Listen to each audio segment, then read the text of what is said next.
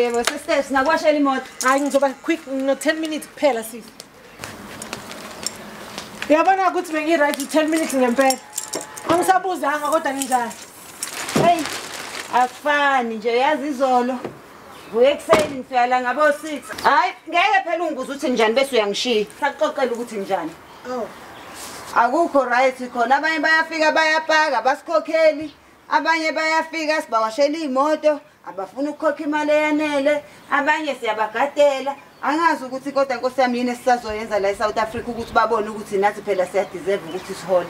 Ayikho right ne? Nasekhaya ngikulela ugogo, umamncane naye kade ekhala impesheni yakhe abafuna ukuthi ayithole. Usisi wami lo munye ufunela ingane yakhe isikole lutho akasitholi. Omakhelwane wami naye bamvalela amanzi. Uyazi nje akukho ngempela nje ukuhamba kahle. Ngisakuxoxela uzuya ndawo wena ngisukelilwa ngibuza ukuthi njani. Uzongilinda nje ngizokuxoxela ngize ngiqede.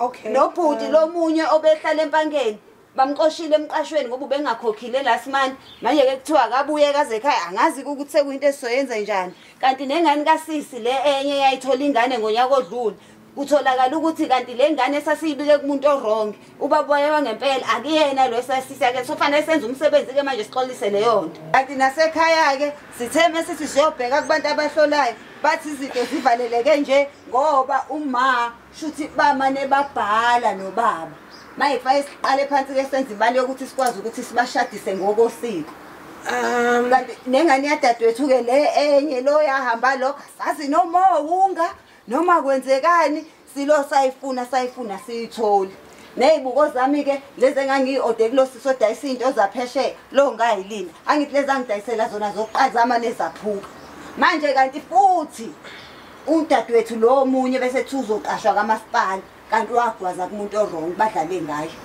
kanti ke futhi